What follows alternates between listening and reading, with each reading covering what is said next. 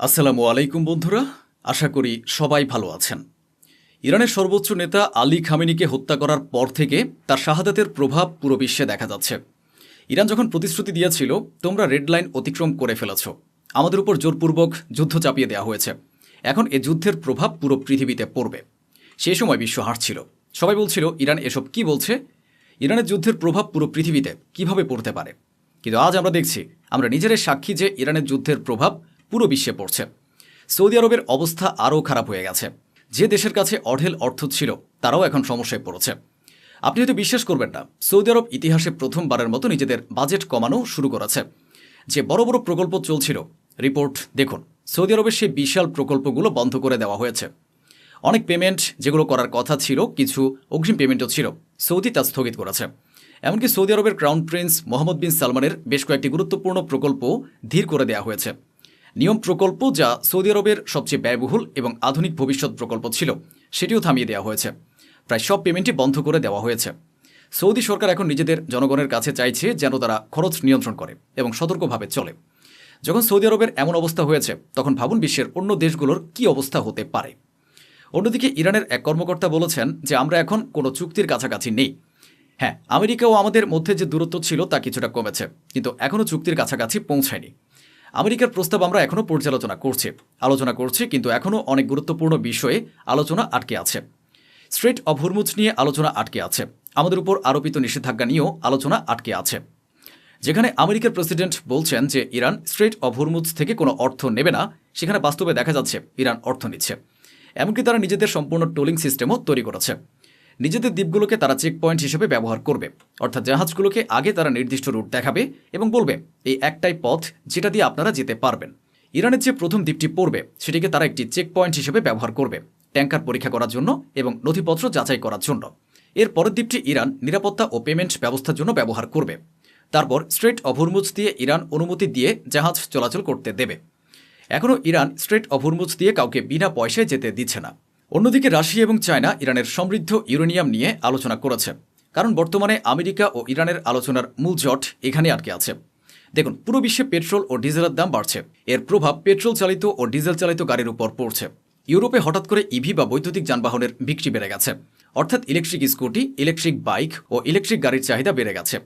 আপনাদের মনে আছে নিশ্চয়ই, যুদ্ধ চলাকালে আমি একটি কথা বলেছিলাম, এখন সেই কথাই আমেরিকান কর্মকর্তারাও বলছেন। এক মার্কিন কর্মকর্তা বলেছেন, ডোনাল্ড ট্রাম্পের যুদ্ধের কারণে এবং আমরা যে জোরপূর্বক যুদ্ধ ইরানের উপর চাপিয়ে দিয়েছিলাম, তার ফলে এখন ইরানের নতুন সর্বোচ্চ নেতা মুজতবা খামেনি পারমাণবিক অস্ত্রের দিকে অগ্রসর হতে পারেন। এতদিন শহীদ আলী খামেনি বলতেন যে আমরা পারমাণবিক অস্ত্র তৈরি করব না, ইরানও পারমাণবিক অস্ত্র বানাচ্ছিল না। কিন্তু এখন কোনো দোষ ছাড়াই যখন আমরা খামেনিকে হত্যা করেছি, তখন তার ছেলে পারমাণবিক কর্মসূচির দিকে এগোতে পারেন। আমাদের রিপোর্টে আমরা সবসময় বলতাম যে যখনই ইরানের সঙ্গে কোনো যুদ্ধ হবে, ইরান একাই থাকবে, বিশেষ করে আরব দেশগুলো ইরানকে সমর্থন করবে না। রিপোর্ট অনুযায়ী যুদ্ধের সময় ইজিপ্ট বিভিন্ন দেশের উপর চাপ সৃষ্টি করেছিল যাতে তারা ইউনাইটেড আরব আমিরাতের পাশে দাঁড়ায়। ইউএই ইরানের উপর হামলার কথা বলেছিল, বরং যুদ্ধের পর জানা যায় যে তারাও হামলা করেছিল। তখন বোঝা গেল ইজিপ্ট ইরানের পক্ষে যেসব মিষ্টি কথা বলে, সেগুলো আসলে শুধু দেখানো। বহু আরব দেশ ইরানকে অপছন্দ করে, কারণ ইরান তাদের তুলনায় বেশি শক্তিশালী। আমরা দেখেছি, এই 56টি বোনের যদি একটি প্রকৃত শক্তিশালী ভাই থেকে থাকে, তবে সেটা ইরান। ভেতরে ভেতরে ইজিপ্ট অনেক চেষ্টা করেছে এবং বিভিন্ন দেশকে প্রস্তুত করেছে যাতে তারা ইউএই এর সমর্থন করে। যদিও শেষ পর্যন্ত এই আরব দেশগুলোর অনেকেই ভয় পেয়ে পিছিয়ে যায়। আরবদের বাদ দিয়ে এবার তুরস্কের কথাই আসা যাক। অনেকে তুরস্কের বড় ভক্ত, আমি নিরপেক্ষ থাকার চেষ্টা করি। তুরস্ক যখন ভালো কোনো বক্তব্য দেয়, তখন আমি আপনাদের তা জানাই। তুরস্ক সবসময় নিজেদের সেনাবাহিনী ও শক্তি প্রদর্শন করে, আর এখন সেটাই দেখাচ্ছে। দেখুন, স্থল ও আকাশে তুর্কি মহড়া চালাচ্ছে। কিন্তু এই বাহিনীর কী লাভ যদি তারা ইসরায়েলের বিরুদ্ধে নিজেদের শক্তি দেখাতে না পারে, ফিলিস্তিন বা গাজা স্ট্রিপের জন্য কিছুই করতে না পারে? তবুও সময়ে সময়ে তুরস্ক এ ধরনের সামরিক মহড়া দেখিয়ে বোঝানোর চেষ্টা করে যে তারা খুব শক্তিশালী। তবে এ মহড়ায় তুরস্ক তাদের একটি বিশেষ অস্ত্র দেখিয়েছে, স্টিল ডোম। এটি একটি প্রতিরক্ষা ব্যবস্থা। যেমন লেজার ডিফেন্স সিস্টেম রয়েছে, তেমনি এটি তাদের স্টিল ডোম ডিফেন্স সিস্টেম। বর্তমানে তুরস্ক এটি উন্নয়ন করছে। অন্যদিকে ডোনাল্ড ট্রাম্পের নিরাপত্তা প্রধান মিডিয়ায় এসে ইরানকে হুমকি দিয়েছেন যে ইরান যেন চুক্তি করে, না হলে ইরানে এমন ধ্বংসযজ্ঞ চালানো হবে যা আধুনিক ইতিহাসে কেউ দেখেনি। অর্থাৎ তার মতে গাজা স্ট্রিপের ধ্বংস এর তুলনায় কিছুই হবে না। তাহলে একদিকে যখন ইরানের সঙ্গে চুক্তির কথা বলা হচ্ছে, অন্যদিকে আবার ইরানকে হুমকি দেওয়া হচ্ছে। এ অবস্থায় ইরান কেন চুক্তি করবে? এখন ইরানের বক্তব্যকেও আর হালকাভাবে নেওয়া হয় না। তাই ইরানও বলেছে যে তাদের কাছেও এমন উন্নত অস্ত্র রয়েছে যেগুলো এখনও মোতায়েন করা হয়নি। যদি যুদ্ধ শুরু হয় তাহলে নতুন চমকের জন্য শত্রুদের প্রস্তুত থাকতে হবে।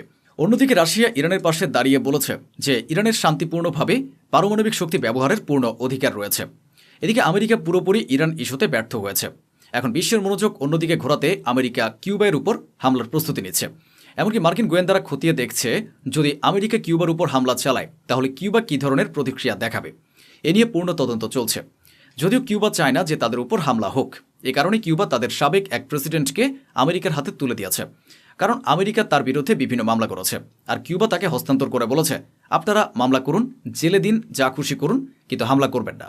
তবে আমেরিকার কিউবার উপর হামলা করার প্রয়োজন, যাতে ইরানের কাছে তাদের যে পরাজয় হয়েছে সেখান থেকে বিশ্বের মনোযোগ অন্যদিকে সরানো চায়। ইসরায়েলের কট্টরপন্থী নেতা ইতামার বেন গভিরের পর ইসরায়েলের এক নারী পরিবহন মন্ত্রীও একটি ভিডিও প্রকাশ করেছেন, যেখানে ইউরোপ ও বিশ্বের বিভিন্ন স্থান থেকে আসা ৩০০-এরও বেশি অ্যাক্টিভিস্টকে কারাগারে বন্দী করে রাখার দৃশ্য দেখানো হয়েছে। সে খুব আনন্দের সাথে এই ভিডিও প্রকাশ করেছে। সেই ভিডিওতে দেখা গেছে যেসব আন্তর্জাতিক অ্যাক্টিভিস্টকে কারাগারে রাখা হয়েছিল তাদের উপর নির্যাতন করা হচ্ছিল, তাদের মারধর করা হচ্ছিল, আর সেই দৃশ্য ভিডিও আকারে প্রকাশ করা হয়েছে। এরপর ইউরোপ আরও তীব্রভাবে ক্ষুব্ধ হয়ে ওঠে। আমেরিকা এবং ইসরায়েল যত অর্থ ব্যয় করছিল ইসরায়েলের ভাবমূর্তি ঠিক করার জন্য সব কিছুই ভেস্তে গেছে। এই ঘটনা কয়েকদিন ধরে চলতে থাকে। আন্তর্জাতিক অ্যাক্টিভিস্টদের উপর নির্যাতন চলতেই থাকে।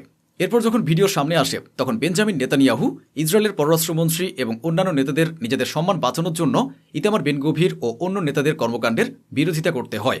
পুরো বিশ্বের চাপ আমেরিকার উপর তৈরি হয়। আমেরিকাও নেতানিয়াহুর সঙ্গে কথা বলে। নেতানিয়াহুর উপর প্রচণ্ড চাপ ছিল, কারণ বিষয়টি প্রকাশ্যে চলে এসেছিল যে যদি তারা আন্তর্জাতিক অ্যাক্টিভিস্টদের সঙ্গে এমন আচরণ করে তাহলে গাজা স্ট্রিপ ও ফিলিস্তিনের সাধারণ মানুষের সঙ্গে তারা কী করছে। এরপর দ্রুত বেশিরভাগ অ্যাক্টিভিস্টকে মুক্তি দেওয়ার আলোচনা শুরু হয়। তুর্কিশ এয়ারলাইন্সের বিমান ইসরায়েলে যায় এবং সেই অ্যাক্টিভিস্টদের তুরস্কে নিয়ে আসে।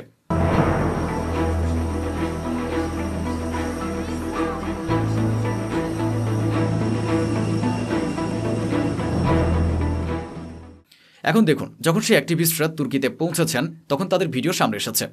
ছবিতে দেখা যাচ্ছে আন্তর্জাতিক অ্যাক্টিভিস্টদের উপর নির্যাতন করা হয়েছে। তাদের শরীরে কালশিরে দাগ পড়েছে, কালো চিহ্ন দেখা যাচ্ছে, রক্ত জমে গেছে, এমনকি মাংসও ছিঁড়ে গেছে। এটি তাদের সাথে ইসরায়েল করেছে, ইসরায়েলের ভেতরে। এরপর আলহামদুলিল্লাহ অন্ততপক্ষে এইটুকু হয়েছে, গতকাল পর্যন্ত পুরো ইউরোপ যেখানে ইসরায়েলের পাশে ছিল, আজ ইউরোপের বড় অংশই ইসরায়েলের বিরুদ্ধে অবস্থান নিয়েছে। আবারও বিশ্বের সামনে ইসরায়েলের একটি কুৎসিত ও ঘৃণ্য চেহারা উঠে এসেছে।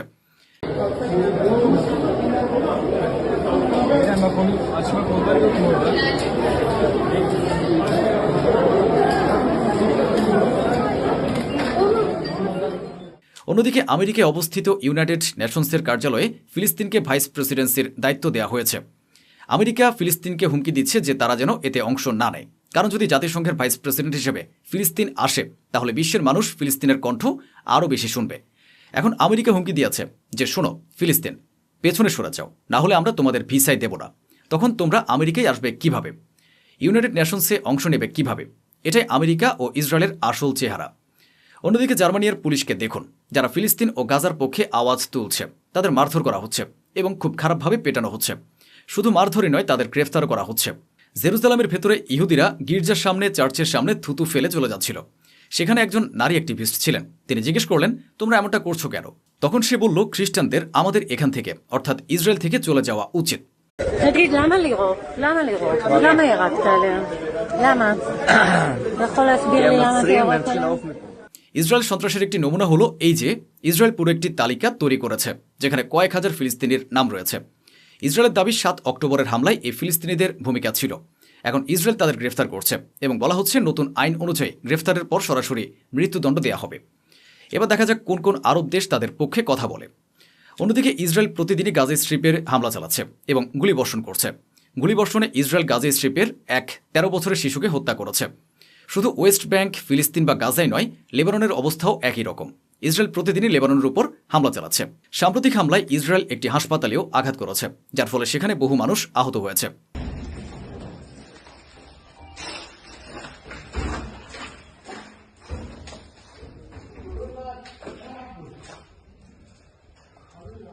এটাই বর্তমান পরিস্থিতি, এটাই ইসরায়েলের আসল সত্য।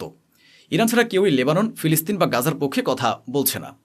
আমি শুধু এতটুকুই বলবো, দয়া করে দোয়া করুন এবং অন্তত নিজেদের মধ্যে ঘৃণা দূর করুন। যতদিন আমরা নিজেদের ভেতরের লড়াই, ঘৃণা, শিয়া সুন্নি, বেরলোভী, দেওবন্দি এই বিভাজন দূর করতে পারবো না, ততদিন শুধু ফিলিস্তিন নয়, আমাদের নিজেদের আশেপাশের লোকেরাই আমাদের ক্ষতি করতে থাকবে। বিশ্বাস করুন, যত দ্রুত এই বিষয়টি বুঝবেন ততই উপকারে আসবে।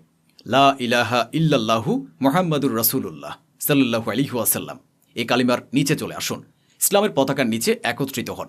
এক হাতে মানবতার পতাকা, আরেক হাতে ইসলামের পতাকা রাখুন। হৃদয়কে পরিষ্কার রাখুন। সব মুসলমানকে নিজের ভাই মনে করুন।